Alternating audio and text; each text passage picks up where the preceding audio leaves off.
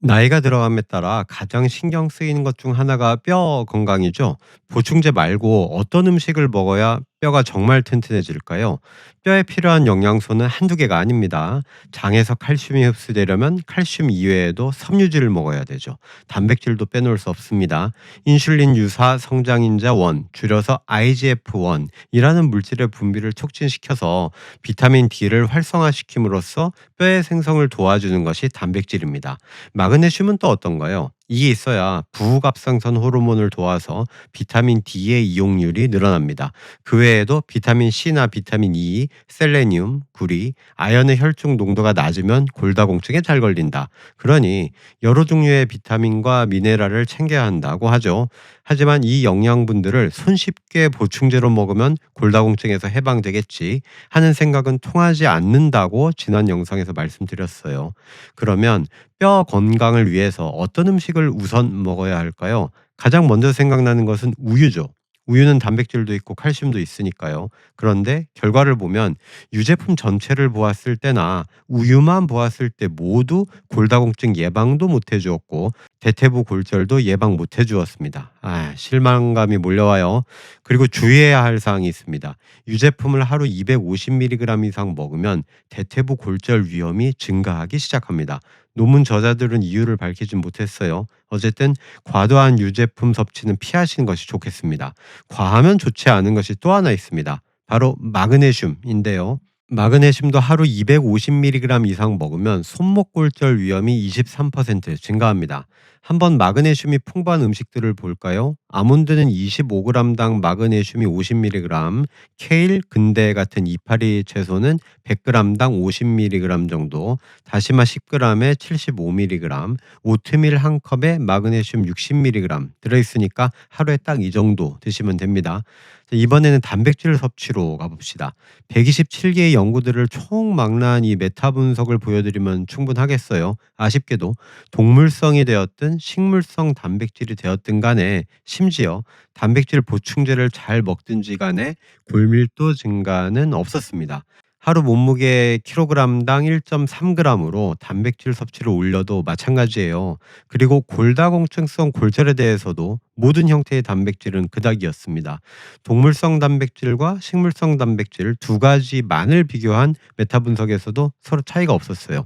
그러니까 아까 우유가 뼈 건강에 도움이 못 되니까 두유를 마시면 되지 않을까 하는 생각도 틀린 거죠. 골다공증에 대해서는 두유나 우유나 별로 기대하지 마십시오. 우유도 아니고 단백질 섭취도 아니고 그러면 뼈 건강에 도움이 되는 음식은 정녕 없단 말인가?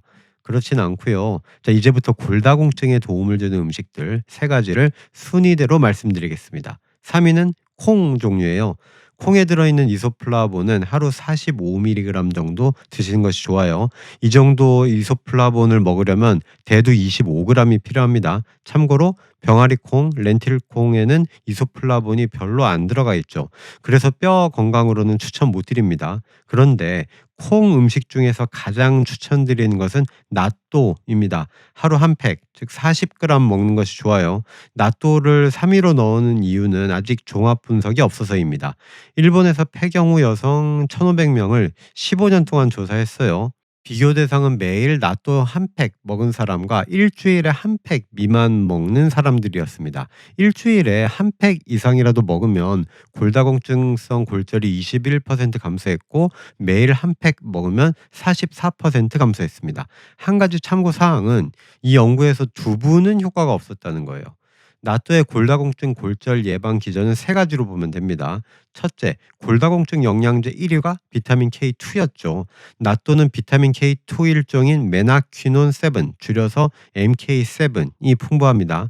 나또 40g 한 팩에는 MK7이 350 마이크로그램 들어있어요. 참고로 같은 40g이면 치즈에는 20 마이크로그램, 요거트에는 6, 두부에는 2 밖에 안 들어 있습니다. 천연 비타민 K2가 바로 나또인 셈이죠. 비타민 K2는 염증을 줄여서 뼈를 부수는 파골세포의 작용을 조절한다고 했죠. 두 번째, 낫또는 발효 음식입니다. 바로 장내 미생물과 연결되죠. 골다공증의 중요한 두 기전이 염증과 장내 미생물이에요. 이로운 장내 미생물은 뼈의 손실을 막고 뼈 형성은 자극해 줍니다. 세 번째, 낫또 말고 두부와 다른 대두식품은 왜 효과가 없었을까요? 낫또의 이소플라본은 아글리콘 형태이기 때문에 인체에 더 잘 흡수됩니다. 일례로 낫또의 이소플라본 아글리콘은 두부보다 1.5배 더 많습니다. 된장, 청국장 같은 우리나라 전통 음식의 골다공증 효과도 연구되면 좋겠어요. 이제 2위를 말씀드릴게요. 채소입니다.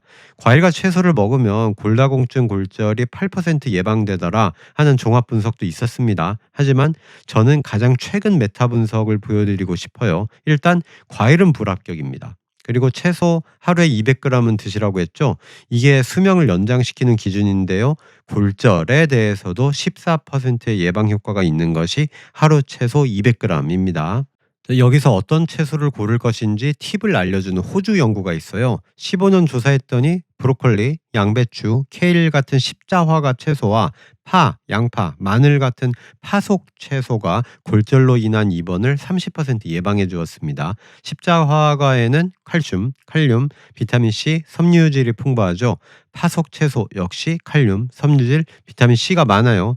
대망의 1위. 유제품 중 하나입니다. 아니, 아까 우유나 유제품 전체는 소용없다며. 그런데 요거트 하나만 보면 달라요. 메타 분석에서 대퇴부 골절을 22% 예방해 주었습니다. 요거트와 우유의 차이점이 뭘까요? 발효되어서 프리바이오틱스와 프로바이오틱스가 있냐 없냐죠. 요거트는 장내 미생물 균형을 맞춰주고 장내 염증을 줄여줌으로써 뼈에 이로운 효과를 나타내는 거예요. 장내 미생물이 이로운 균이어야 짧은 사슬 지방산이 많이 나옵니다. 이 물질이 있어야 장이 칼슘을 잘 흡수하게 되는 거예요. 요거트는 당이 적은 것을 먹는 것이 좋은데 상하목장 유기농 요거트 플레인을 추천드립니다. 마지막으로 주의해야 할 사항 세 가지를 말씀드리겠습니다. 첫 번째, 섬유질을 적게 먹으면 안 돼요. 사실 많이 먹으면 뼈 건강에 좋다고 분명히 알려준 연구는 찾기 어려웠습니다. 하지만 하루 섬유질을 5g도 안 먹는 사람들에서 골절이 쉽게 왔다는 연구가 있었습니다. 두 번째, 지나친 채식을 피하세요. 고기나 계란은 물론 유제품도 피하는 것을 비건이라고 부르죠. 이러면 골절 위험이 부위에 따라서 1.4배에서 2.3배까지 치솟을 수 있습니다.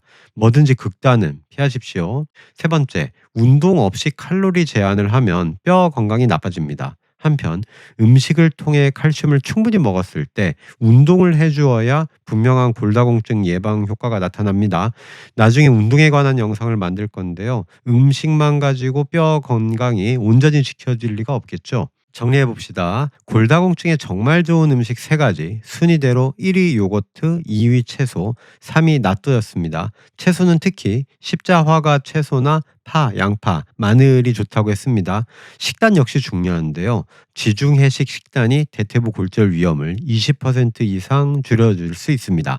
또한 고기나 생선은 뼈에 나쁘지도 않고 좋지도 않았는데요. 다만 가공식품, 과당, 가공육, 튀김 위주의 서구식 식단을 즐길 때 고기와 생선 섭취 비중이 커지면 골다공증 골절이 쉽게 온다고 합니다.